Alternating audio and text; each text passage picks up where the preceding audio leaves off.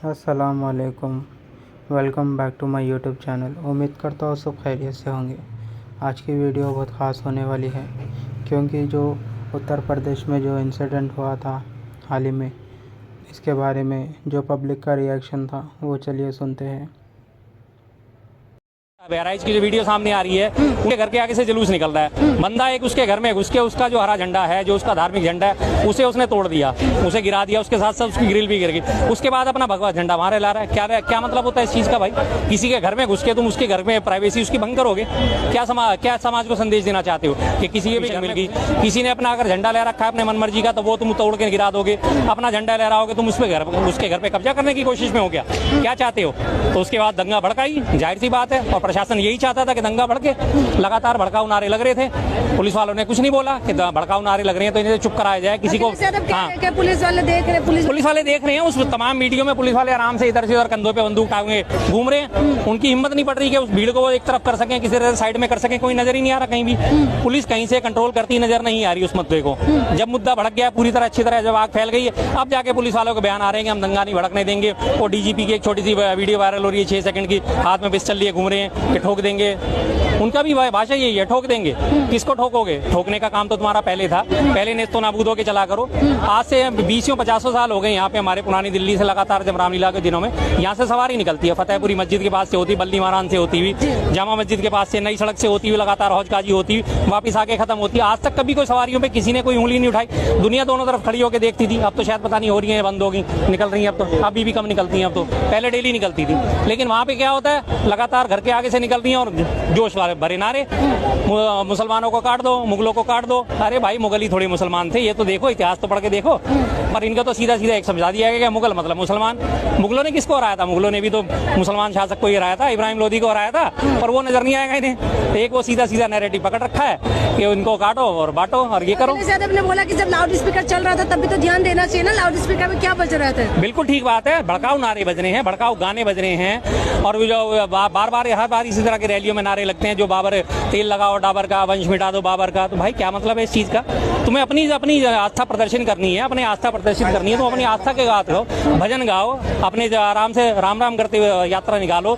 दुर्गा यात्रा निकाल रहे थे तुम, दुर्गा ने चालीसा पढ़ो, दुर्गा सप्तशती पढ़ो। क्या जरूरत है तुम्हें दूसरे को प्रोवोक करने की भाई? जब ऐसे करोगे तो दंगा भड़केगा। और प्रशासन ने क्या, वहाँ का शासन ही यही चाहता है कि दंगा भड़के, आने वाली सीटों में जो है वो चुनाव है, जो 10 सीटों पे वोट गोल बंद होगा तो हमें मिलेगा। सीधी सी बात है, वही वो चाहते थे, वही उनकी मंशा पूरी हो गई। प्लानिंग की तरीके से हुआ है क्या? प्री प्लानिंग है? प्री प्लानिंग ही होती है। अब इसमें मारा कौन जाता है ये तो देखो ना। क्या हर आम आदमी को मैं बार बार यही अपील करता हूँ, भाई नेताओं के बहकावे में मत आओ, इनके चक्करों में मत पड़ो। गृह मंत्री जिनके ऊपर पूरे देश की सुरक्षा की जिम्मेदारी है, उनका बेटा तो जय शाह बैठा हुआ मौज ले रहा है, आईसीसीआई का अध्यक्ष भी बन गया, उससे पहले बीसीसीआई का अध्यक्ष भी बन गया। और तुम क्या कर रहे हो? तुम जाके लोगों के झंडे गिरा रहे हो, बाद में तुम गोली खा रहे हो। तुम्हें क्या मिला? तुम्हारा घर परिवार तो रुल गया। अब 2-4 दिन तो सारे नेता मिलकर रोटियां सेक लेंगे इस पे, इस लाश की राजनीति, इसके ऊपर लाश के ऊपर राजनीति कर लेंगे। उसके बाद तुम्हें कौन पूछने आ रहा है? 2-4 जगह फंड रेजर हो जाएंगे, फंड खा के बैठ जाएंगे। पीड़ित के लिए न्याय दो, हम इसके लिए फंड इकट्ठा करो, सोशल मीडिया पे कैंपेन जम जाएगा, लाखों रुपए बटोर के घर में लेके बैठ जाएंगे। और उसके बाद वो पीड़ित अपना घूमता रहेगा। 2002 के गुजरात दंगों का याद है आपको? गोधरा कांड में अशोक जो था, अशोक परमार नाम था उसका, जिसे राजू मोची भी कहा जाता है, उस वक्त भी मोची था, पोस्टर बॉय बना, तलवार उसके हाथ में थी, माथे पे उसके श्री राम का पट्टा बंधा हुआ था, और उसने बढ़ चढ़ के दंगों में हिस्सा लिया, उसका खूब बुनाया गया। आज भी वो बैठा हुआ अपने जूते सही कर रहा है, आज भी उसकी जिंदगी में कोई बदलाव नहीं आया। उत्तर पूर्वी दंगे देखो, दंगे भड़के थे। एक देवेंद्र यादव नाम का लड़का था, जिसे पहली बार सबसे पहली सजा उसी को मिली है, 5 साल की सजा मिली है। दिहाड़ीदार मजदूर था, सारा उसका फैमिली बिखरी पड़ी है। ये तो बहकावे में आके लोग तो आके कर जाते हैं कांड, नेता तो अपनी मौज ले रहे हैं बैठे हुए। यूपी में जो कहते हैं कि लॉ एंड ऑर्डर काबू में है और योगी जी के राज में इस तरीके के हो रहा है, और लॉ एंड ऑर्डर की बात कहते हैं कि बहुत अच्छा हो गया है पहले से। हाँ जी, तो ये अब आपको अच्छा तो दिख ही रहा है ना कि सड़कों पे जुलूस निकल रहा है, लगातार लाठियां भांजी जा रही हैं, लगातार लोगों के घर जलाए जा रहे हैं। वहाँ पे एक होंडा का शोरूम था, हीरो होंडा की गाड़ियों का शोरूम, उसको तक को जला दिया, उसे भी जला दिया। क्यों भाई? उसने कौन सा, हाँ क्या भलाई है बताओ ना, आ जाओ, हाँ बताओ। हीरो होंडा का शोरूम जला दिया, क्या भलाई है उसमें? आओ ना, अरे इधर आके बात करो ना, पीछे के पीठ पीछे देखो, हैसियत देखो इनकी। हकीकत ये है, आपने बोला बुराई एक मिनट सुनिए तो सही। हकीकत ये है, जो मैंने 30 दिन देखता हूँ, इनके पास इतना टाइम है जो केवल इसी चीज का चर्चा करते हैं। देश के बारे में चर्चा करना बुरा क्या एक बात बताइए, इतने बेवकूफ हैं जो जिता रहे हैं मोदी को। एक ये शख्स ऐसे हैं जो कहते हैं जो सबसे बड़ी कमी उसी में है। आपके मैं बता रहा हूँ ना, इन्होंने कितने बेवकूफ हैं, तो बेवकूफ ऐसे ही है। हीरो होंडा के शोरूम में आग लगी, फिर भी ये मोदी को वोट देंगे। मणिपुर की देखो, मणिपुर की बहन बेटियों को नंगा घुमाया गया, फिर भी मोदी को वोट देंगे। देखो ना, चैनल चलाना है मणिपुर के, अरे मेरे चैनल कोई नहीं है, मेरी बात सुनो, मुद्दे की बात।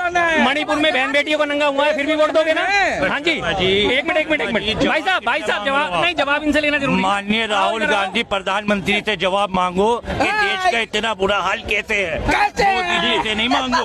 ये देखो अकलमंद कितने हैं, कितने खुश हो गए। इन्हें यही नहीं पता प्रधानमंत्री कौन है, इन्हें यही नहीं पता प्रधानमंत्री कौन है। अगर राहुल गांधी से जवाब मांगोगे ना, एक मिनट चाचा, बिल्कुल मुमकिन है। अगर राहुल गांधी से आप जवाब मांगोगे तो ये खुश है, और मोदी जी से किसी की दुनिया में किसी की हिंदुस्तान में औकात नहीं है कि मोदी जी से जवाब पूछ ले। और जो जवाब पूछेगा उसको कह देंगे ये भगते हैं। जी, अब ये बात गए, पूरी बात नहीं करी।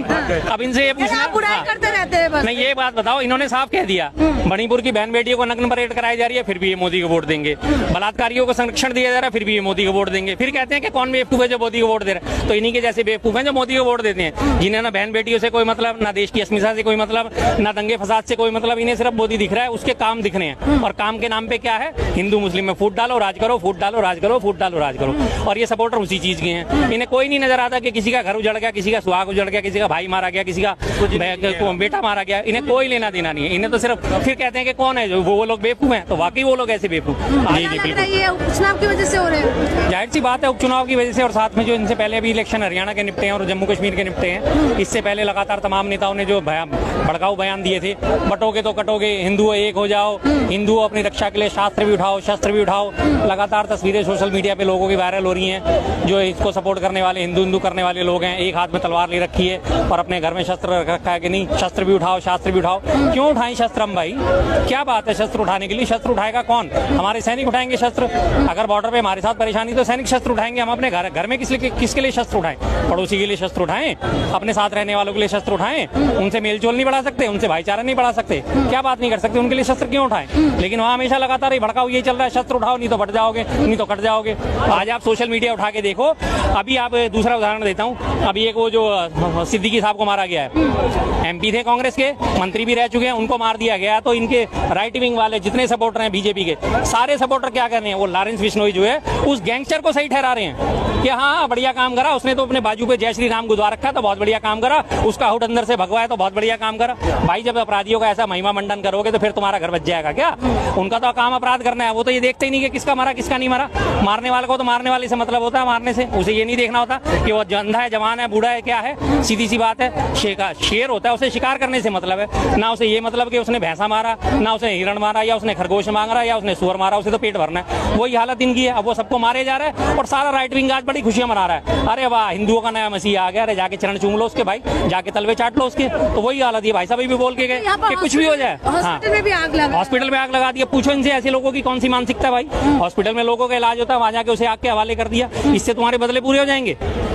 गलत काम तुम खुद करो। मेरे घर में कोई घुस के मेरे जबरदस्ती करके मेरा फर्नीचर तोड़ दे, मेरे घर में उपद्रव मचाएगा, तो क्या मैं उसे आवाज नहीं उठाऊंगा? क्या मैं उसे मारूंगा नहीं? क्या मैं उसे घर से बाहर नहीं निकालूंगा?